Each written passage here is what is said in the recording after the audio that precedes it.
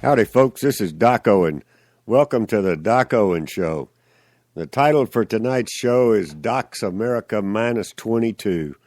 We will get into what the title indicates. We led into it last week, and thanks to some friends of ours that led off the show, the group Madison Rising is beginning to really bring into focus what needs to be done. We are partly because of my personal and professional background, we are going to approach the show over the next 22 weeks as a project. A project, for those of you not familiar, is an undertaking with a specific goal in mind to accomplish to create a specific product or service or have a well-defined end to the project, both in terms of what it accomplishes and the length of time that it goes on. So this project is currently at minus 22. Next week it'll be at minus 21. The project will be over on Election Day, which is November the 4th, 2014. So we've got that many weeks to gear up, get focused, figure out what needs to be done. This is not going to drive things down a political party line. It is going to drive things down becoming better educated so that on November the 5th, 2014, we can get this country back pointed in the right direction on at least most fronts. If you disagree with the premise that the country is not headed in the wrong direction, then it's been nice to have you, because that's what the focus is going to be. We are glad you're here. Welcome back or welcome aboard. Hope you'll stay with us through the course of the entire project. Be sure to check us out on the social media. We are all over it, and will be growing substantially during the summertime. The app is out there for both Android and iPhone users. It's a wonderful place if you happen to miss the live broadcast to go directly to the podcast that is created immediately upon us closing out the show. And it's also a great place to share the podcast and some historical information about the show, how we got here, some of the past episodes, et cetera, with friends and neighbors. The app provides you a direct link to the podcasting. As is our tradition, we are going to start, I'm going to break away from tradition just 1 second to acknowledge the fact that in my hometown, the San Antonio Spurs are playing in the playoffs to get to the NBA championships, and their game has already started. So those of you that are on the air with us, I appreciate you being here. We will finish up on time, and as we all know, the Spurs are a fourth quarter team, so that's when all the excitement starts anyway. We won't miss a beat with it. Now we'll get back to the traditional format. I always like to lead off with a leadership quote from Crown Grace International that I get daily. I pick one during the week, and this is one of those weeks where you're going to get a twofer. So you're going to get two for the price of one. The first one is, the struggle you're in today is developing the strength you need for tomorrow. So as you are challenged, remember that it is creating a strength that you will probably need in the future, and press on through it. And this is something that really hit close to home to me, and one of the reasons that the radio show exists is the quote that you do it because they, in quotation marks, said you couldn't. So from time to time you hear naysayers telling you that you can't do such and such, and you set out to prove them wrong. That's a very strong leadership position. Texas just finished their runoff elections in both the Republican and Democrat Party.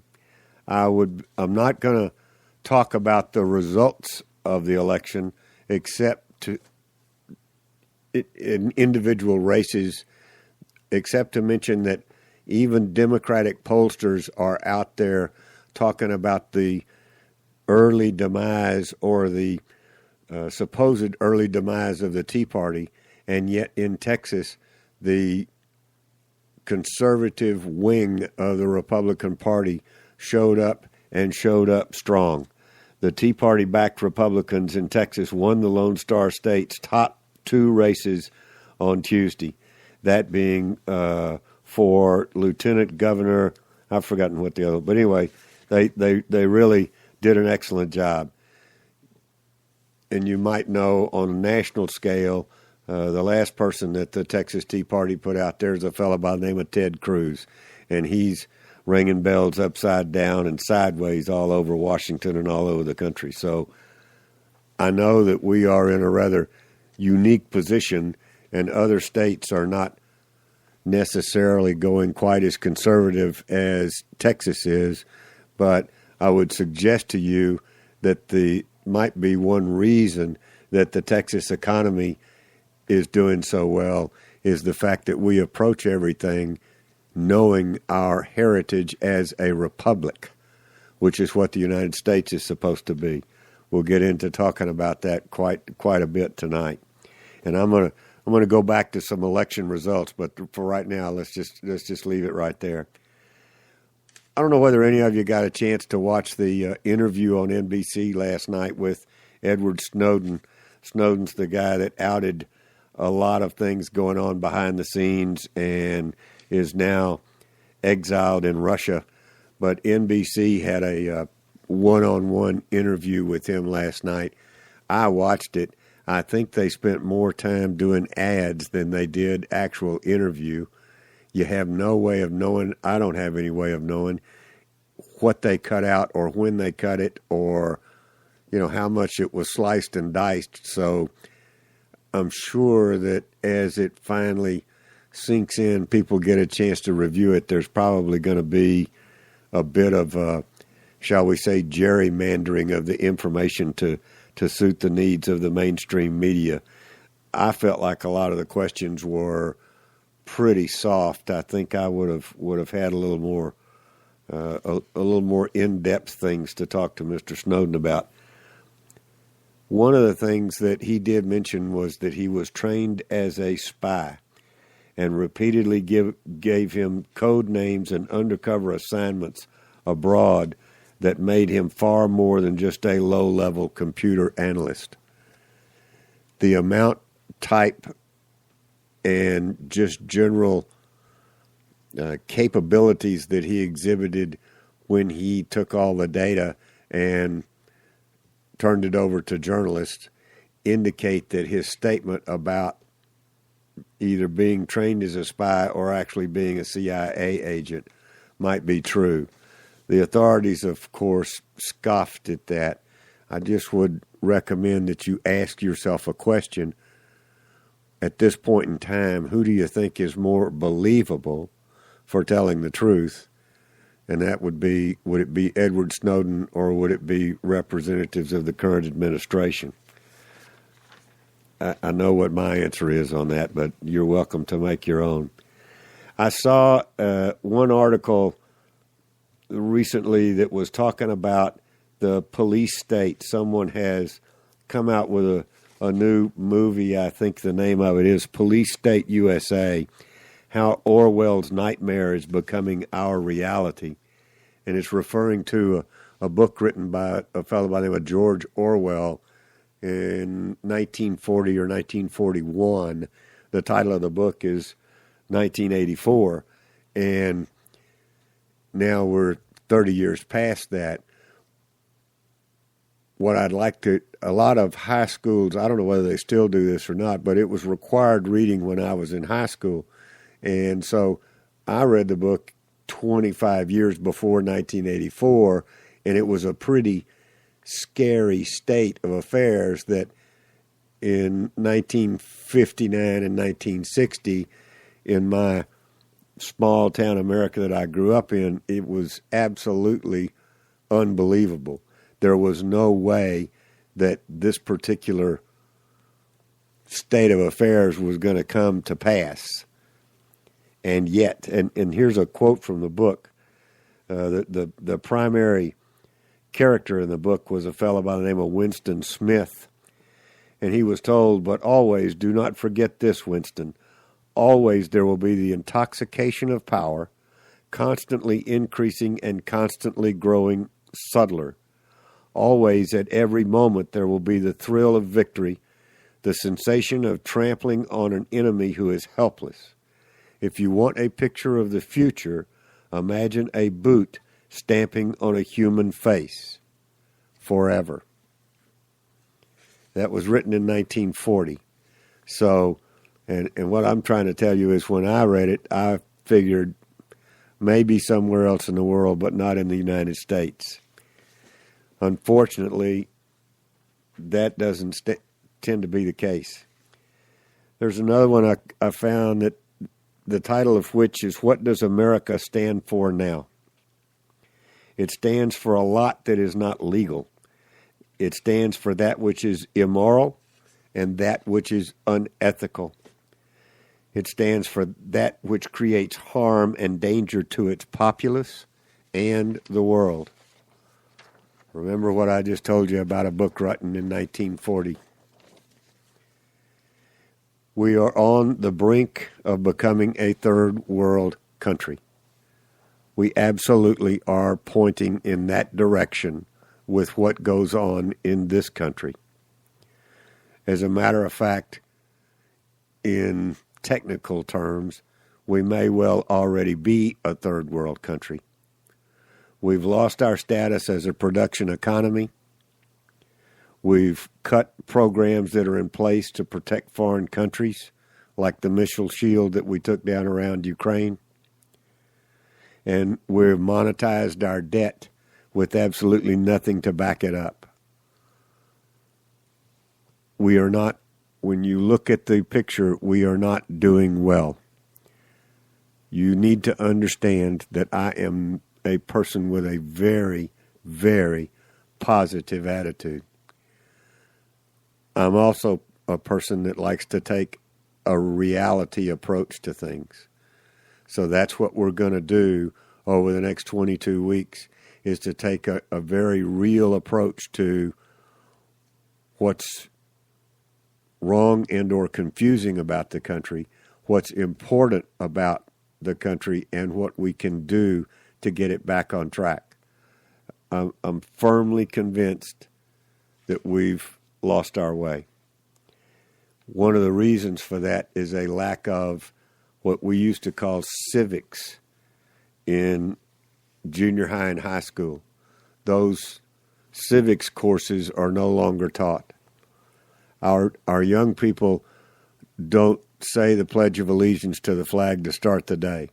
They don't start the day with a silent prayer. They don't start the day with the humbling effect of showing respect to what got us here and what keeps us here. And it's a mistake.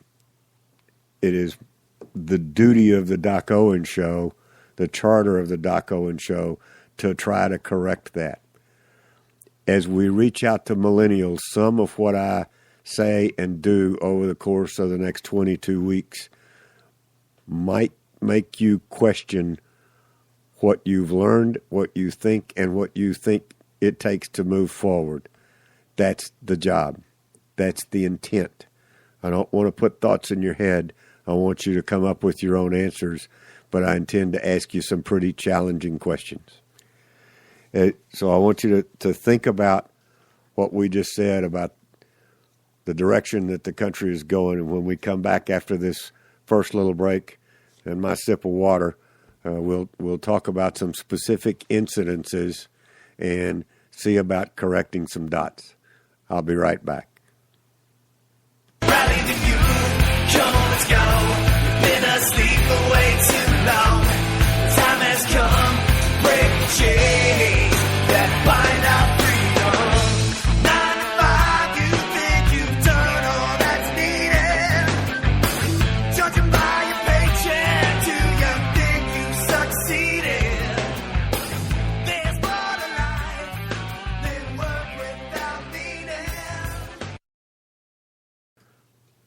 Howdy, folks. Welcome back. This is Doc Owen. You are listening to the Doc Owen Show. We are in Doc's America Minus 22. That again was Madison Rising. I'm going to keep throwing them out there until you start listening to them, going out and getting their music on the iTunes store or wherever you care to find it. It's a very encouraging band.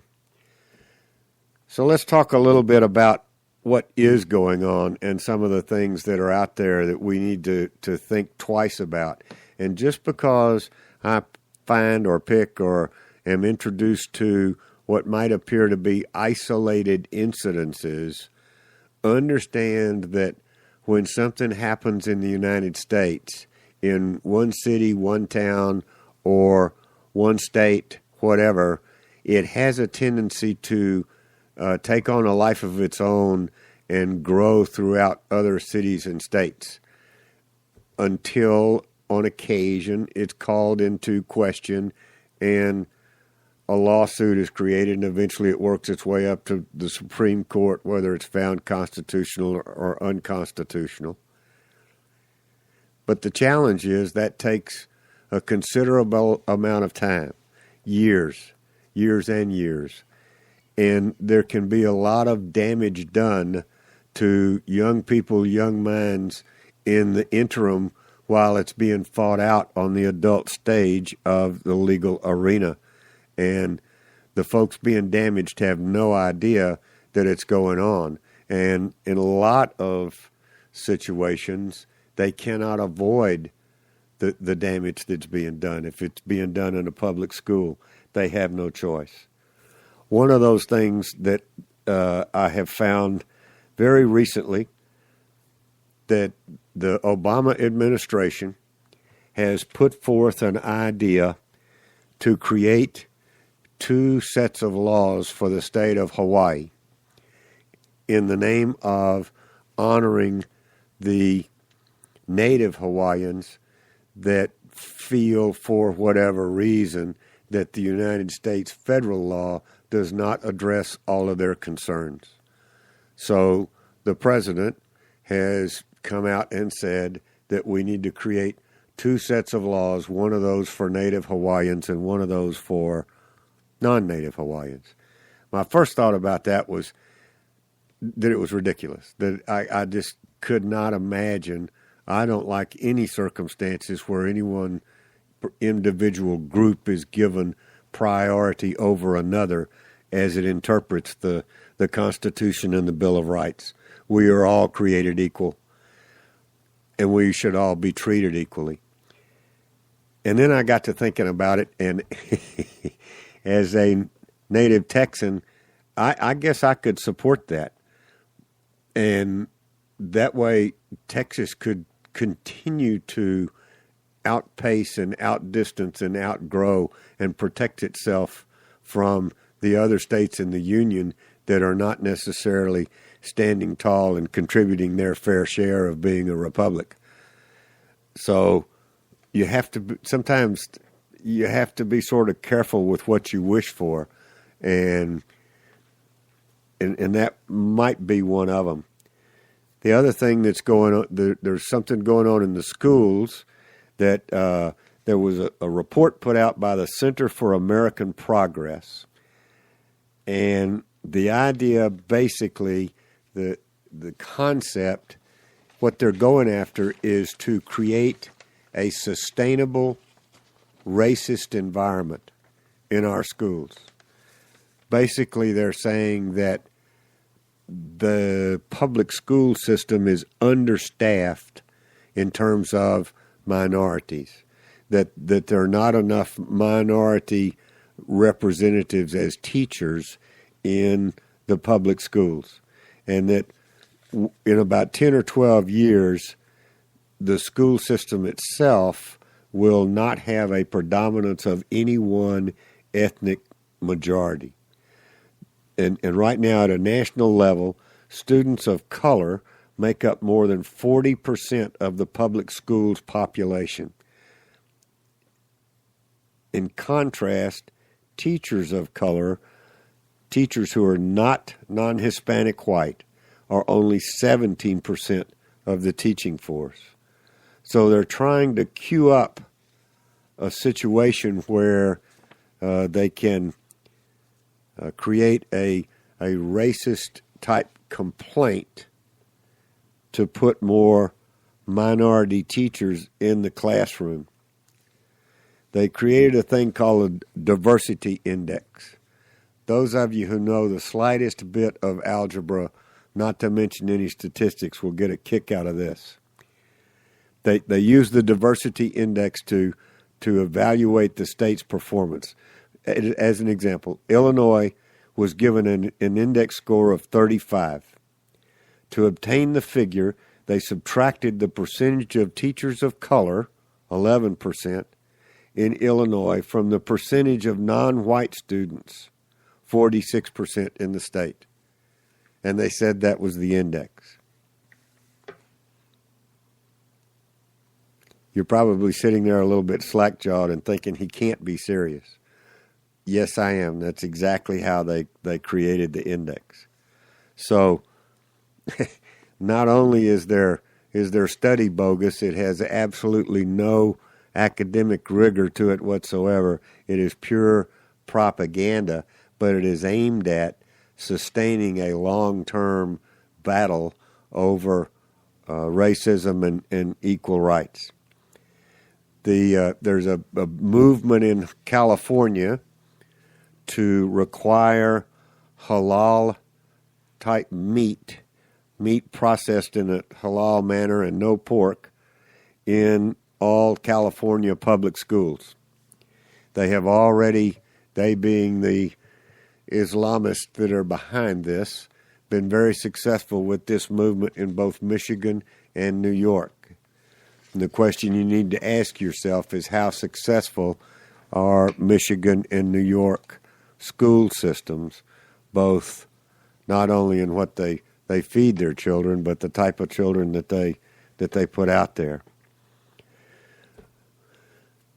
I'm going to connect all these dots for you. So another thing that's going on is the Obama administration is using the Justice Department to target gun sellers as what they refer to as a high-risk business.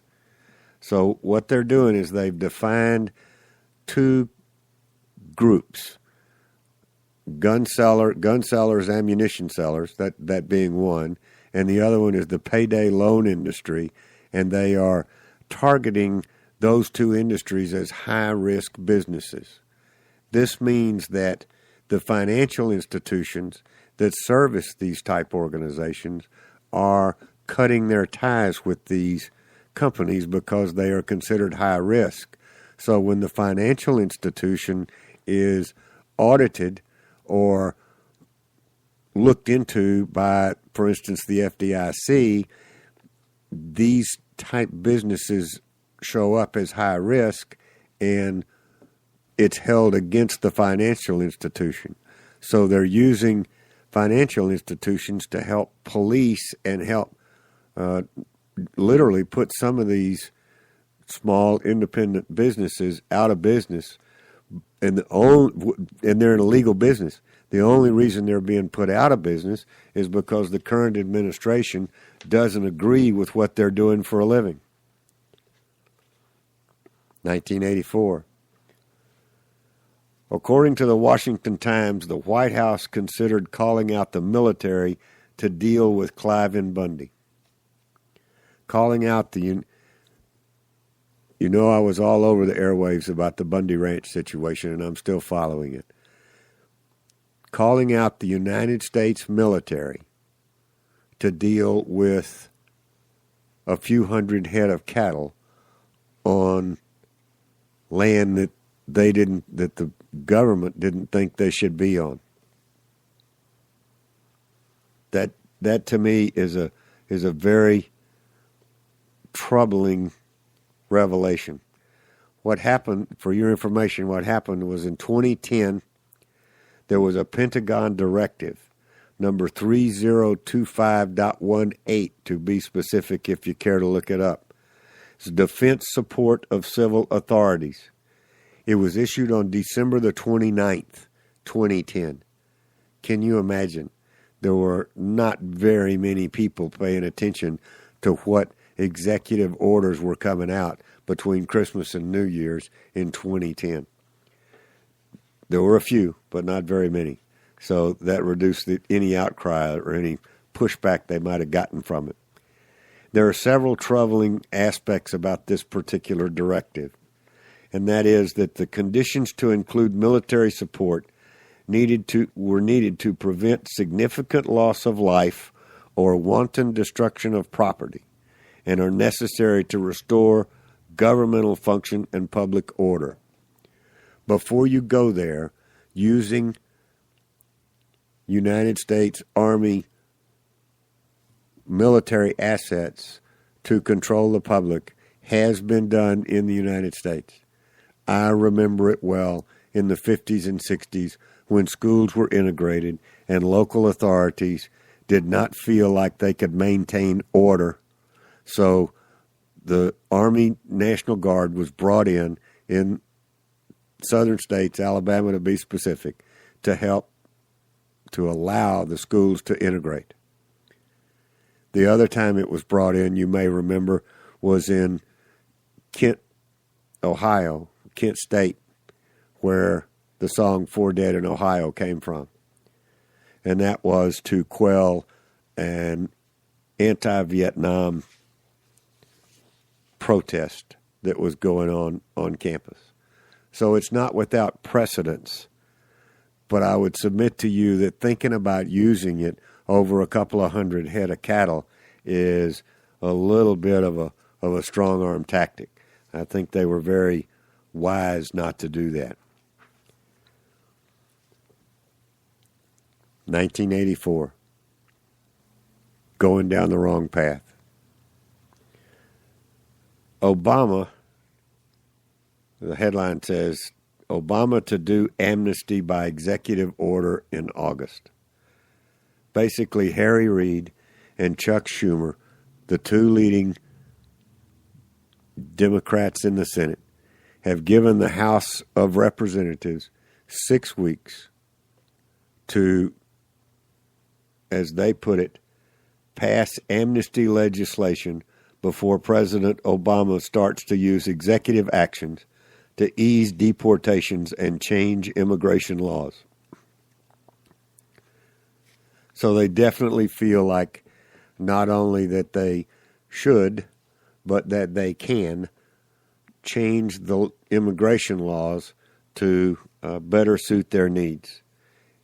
And their needs are to have more immigrants voting for government dependency and government support. So that's where they're going. As a matter of fact, a state senator in Illinois, a fellow by the name of, what's his name? Luis Gutierrez, a Democrat from Illinois, wants America to take the law, and this is a quote, into its own hands or ignore it completely, whichever benefits illegal aliens more. That's somebody that needs to be voted out of office. That's somebody that doesn't stand up at the town hall meeting and salute the flag. That's somebody that doesn't, I'll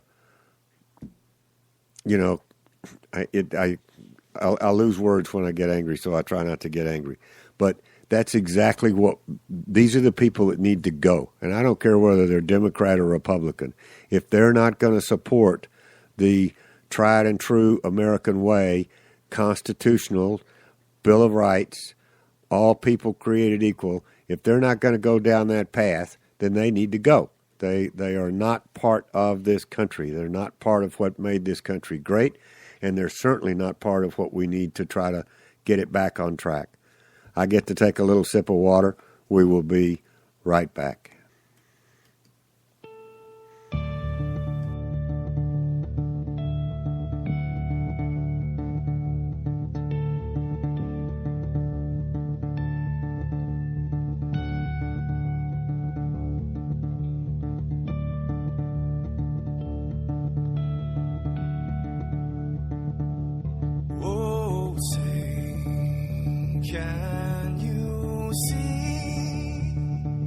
This is Madison Rising. I wanted you to hear some of their music. It is absolutely fabulous, inspiring, and a wonderful group.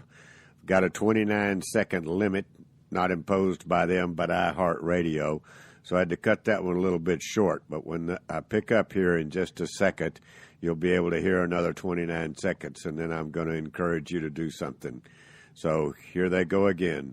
Madison Rising. Pay attention. Whose broad stripes and bright stars through the perilous fight.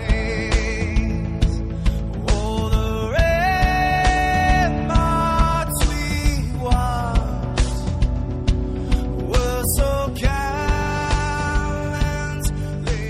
streaming, and the rockets. Welcome back, folks. This is Doc Owen. We are coming into the home stretch of Doc's America minus 22. Glad you're with us. Welcome back. Got a question for you. I'm going to give you some data to go with it to answer it. The question is, did Obama inherit a mess? We have been hearing since 2008, 6 solid years of what a mess we were in when the current administration came in. And it's not singular. It's the heads of all these 3-letter agencies that are the IRS gate, the NSA gate, the EPA gate. I can't even go through them anymore, and I don't have room on my desk to keep a list. They're all embroiled in some sort of a gate. So let me ask you the question. Did the administration inherit a mess? Obama inherited a AAA credit rating. What do we have now? A AA credit rating as a country. When the administration took office, unemployment was at 7.8%.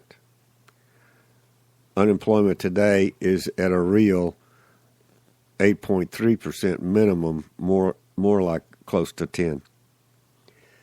A gallon of gasoline at the pump was $1.81. Today it's on average $3.69. We were $10 trillion in debt. We are currently $18 trillion in debt. We were engaged in 2 wars. We are currently engaged in 3 wars that we know of. And I don't say that lightly. We were providing 26 weeks of unemployment benefits. We currently provide 99 weeks of unemployment benefits. Folks, that's almost 2 years. That's unforgivable. We had an annual budget. We worked on it. We got it. We always had an annual budget. We have not had an annual budget in this country since this administration took office. 6 years. The House has produced one. The Senate has not. So it stopped there. One last item of interest, and then I want to go back to, circle all the way back to the first mention, and that was about the Texas elections. But the hot item in the news, one of the hot items in the news is the VA and the VA gate. There is now a situation they found where 60 dead veterans were left at the Los Angeles County morgue for more than 18 months. And while this information was coming out, our current president was in Afghanistan doing photo ops with the troops to try to help the low information voter understand that he basically supported the troops, but he is consistently avoiding making a decision on it or taking control. As a matter of fact, either today or yesterday, I think it was today, the White House press secretary made the statement that if the allegations about the VA prove to be true, then people will be held accountable. Folks, I have a something that I learned over the years, and it's a standard practice of mine and a standard statement of mine.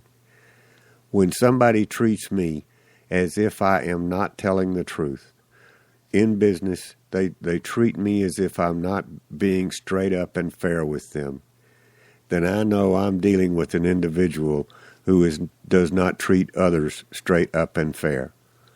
If you're dealing with somebody that's less than ethical, they assume that everybody is like them and less than ethical. The administration's inspector general, their internal auditor, the people assigned on the part of the federal government to inspect and keep track of our federal agencies, are the ones that have been bringing this information about the Veterans Administration to the public. Their very own personnel, the best that they've got. And they're going to say that if the allegations are true, give me a break. Of course they're true. There are a lot of people like myself that have had occasion to interface with the Veterans Administration. This is nothing new. It has been discovered in emails that the current administration was informed of the problems and the heightening of the problems in the Veterans Administration when they took office. It was suggested they might have to do something about it as far back as 2008. So when the press secretary stands up there and says, if the allegations are true, you know you're not dealing with somebody who tells you the truth. That's all I got to say about it. Let's go back to the Texas election.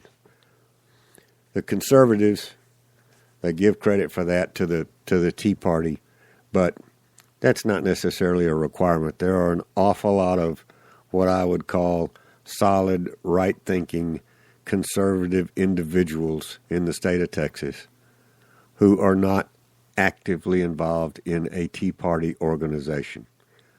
First of all, the reference to being a member of the Tea Party is incorrect. The Tea Party is a coalition of active individuals. You don't sign a membership pledge. You don't join anything. You simply gather with other like-minded individuals and figure out what we can do to take the country back. So that's one shortcoming of references like that. I want to give you some statistics that I grabbed off of the Bexar County, that's the county that I live in, Bexar County, Texas, primary runoff elections, and these are statistics straight from the Bexar County Election Board and Bureau that I picked up the night of as the election was coming to a close. I would recommend to you that no matter where you are, those statistics are available on a county-wide basis, no matter where you are, all across the United States. Every county keeps track of voters, some better than others, as we well know. A couple of the numbers jumped out at me, and that's why I want to focus on that rather than the results. Bexar County has almost 1 million registered voters. Okay? Of that 1 million registered voters, 5.67% showed up to vote. Are you kidding me? The county is being run by 5% of the people. That's what that tells you. I understand why my young friend from New Jersey has his Fight Apathy campaign. That's ridiculous. I know it's a primary, and I know it's a runoff in a primary, but still, it's an indication of a lack of involvement, a lack of commitment, a lack of, personal dedication to making the country better. It just shows that you don't care. You absolutely have to get involved. 5.67%. Now, of that, 2/3, 67%, were in the voted in the Republican primary, and 32% voted in the Democrat primary. You would think, well, that's good, that's great. The Republicans are out there. Meh. The other way to look at it is that there were probably very few folks, I don't know, on the Democrat primary ledger, because they decide things in the back room. They don't fight it out in public. They don't ask the public for their input on who the candidate should be. They offer up the candidate. There are very few contested races in the world of Democrat politics. It's all been decided before it ever goes to the public. Here is your candidate. Go support this person against whoever the Republicans put up. And they cry out that the Republicans tend to, fight out in the open and not be able to make decisions. And I remember in the last presidential election, we started out with 8 people on the stage, all fighting at each other. To those of us who understand how a republic works, that's a good thing. That means that we get input from 8 fairly intelligent people who all want to put the country on the right track, but may have a different method of doing so, as opposed to being given a particular candidate and being told by the party bosses, this is who you're going to support. That's how the other side operates. So let's not turn our noses up when we have a contender in a race. Let's do our homework. Let's find out who the best candidate is, who the most diligent in terms of supporting the Constitution and supporting the Bill of Rights, and who we think is going to represent us the best at whatever level we're asking for, and get out and vote for that candidate. That's exactly what happened in the state of Texas in this Republican primary. That's exactly why the conservative candidates did so well. That's exactly why, on a national basis, the National Republican Party needs to pay attention to what was done and the success that it can render. And I think they're going to find in Doc's America -0 on voting day, November the 4th, 2014, that if they'll stay true to those constitutional, conservative, Christian viewpoints, they will win a heck of a lot more races than they will lose. And that's how you're going to get the country back on track at a local level as well as at a national level. It's not about electing the president. It's about electing the people who represent you and then expecting them to take control of and keep the country going in the right direction, no matter who the president is. That's what we don't have today. We don't have a truly representative government. We have, unfortunately, a bunch of people who have been there for a very long time, and they have a lot of baggage, if you will, a lot of favors that they need to pay back, and a lot of people that they need to work with. And it's not serving the best interests of the people. It's just not working. I'm going to close it out. I'm going to give you this last little ditty. I want you to replace the word rock with the word doc, and I'll be back. 1, 2, 3 o'clock, 4 o'clock, rock. 5, 6, 7 o'clock, 8 o'clock, rock. 9, 10, 11 o'clock, 12 o'clock, rock. We're gonna rock around the clock tonight. Put your glad rags on, join me home. We'll have some fun when the clock strikes 1. We're gonna rock around the clock tonight. We're gonna rock, rock, rock till broad daylight. We're gonna rock around the clock tonight. This is Doc Owen. You've been listening to the Doc Owen Show. Glad to have you. Take care. God bless. Good night.